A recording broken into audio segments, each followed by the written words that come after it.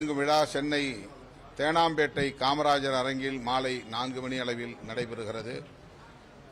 பேராசிரியர் கு. சொக்கலிங்கம் அவர்களுக்கு இந்த ஆண்டுக்கான அம்பேத்கர் சுடர் விருது விடுதலை சிறுத்தைகள் கட்சியின் சார்பிலே அளிக்கிறோம்.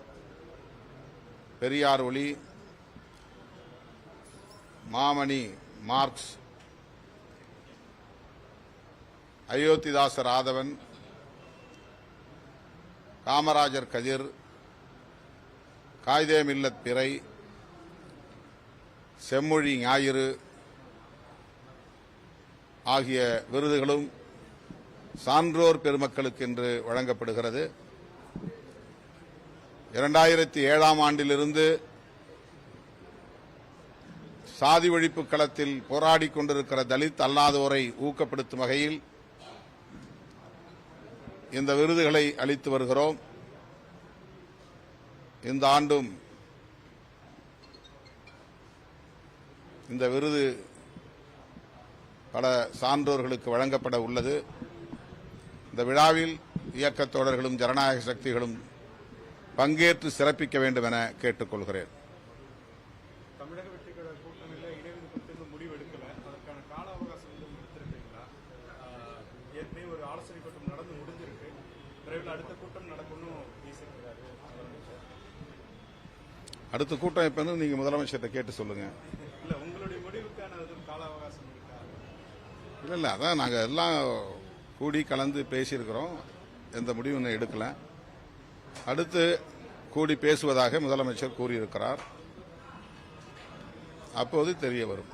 அதிமுகவை முழுமையாக கைப்பற்றுவோம், 90% நிர்வாகிகள் எங்கள் பக்கம் வரப்போறான்னு சொல்லி ஆதவர்ஜுனா பேசிட்டு வராரு. அதுக்கேற்ற மாதிரி நிர்வாகிகள் வந்துருக்காங்க. அதிமுகவை டார்கெட் பண்ணி பணியாற்றுவது எப்படி பார்க்கணும்?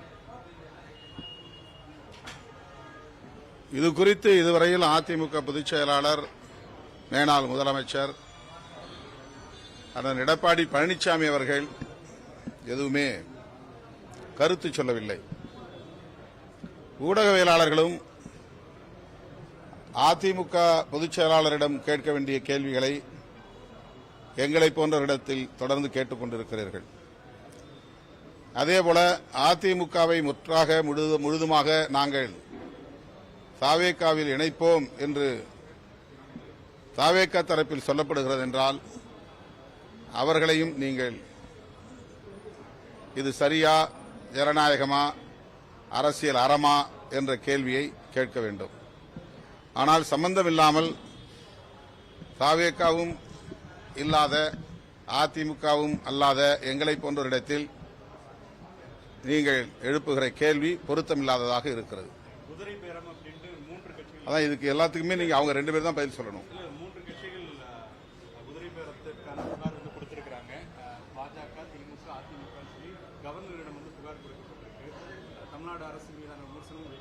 அது உண்மையாக இருந்தால் விசாரித்து உரிய நடவடிக்கை எடுக்க வேண்டும். ஆளுநருக்கு அந்த அதிகாரம் இருந்தால் அவர் அதில் உடனடியாக தலையிட வேண்டும்.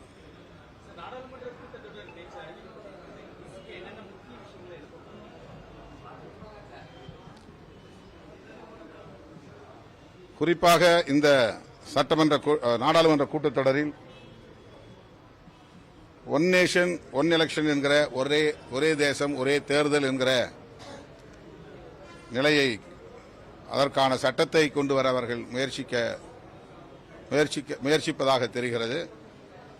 ஏற்கனவே அதனை நாம் டீலிமிட்டேஷன் பில் என்கிற பெயரில் கொண்டு வந்த போது திமுக, காங்கிரஸ், விடுதலை சிறுத்தைகள், இடதுசாரிகள் உள்ளிட்ட எதிர்க்கட்சிகள் அத்தனை பேரும் ஒற்றுமையாக இருந்து அதனை முறியடித்தோம். இப்போதும் அந்த முயற்சியை நாங்கள் மேற்கொள்வோம். ஆனால் மேற்கு வங்கத்திலே திரிணாமுல் காங்கிரசிலிருந்து நாடாளுமன்ற உறுப்பினர்களை 20 பேரை அந்த கட்சியிலிருந்து வெளியேற்றி அரசியல் சூதாட்டம் ஆடுகிற நிலையை நாம் பார்க்கிறோம். நாடாளுமன்றத்திற்கு சென்றால்தான் இது குறித்து என்ன நிலை என்பது தெரிய வரும். என்றாலும் நாங்கள் இந்த முறையும் அந்த முயற்சியை முறியடிப்பதற்கு எல்லா முயற்சிகளையும் நாங்கள் மேற்கொள்வோம். பாக்குறீங்க? இதுவும் வெளியிலிருந்து விமர்சிக்கக்கூடிய அளவுக்கு இருக்கா?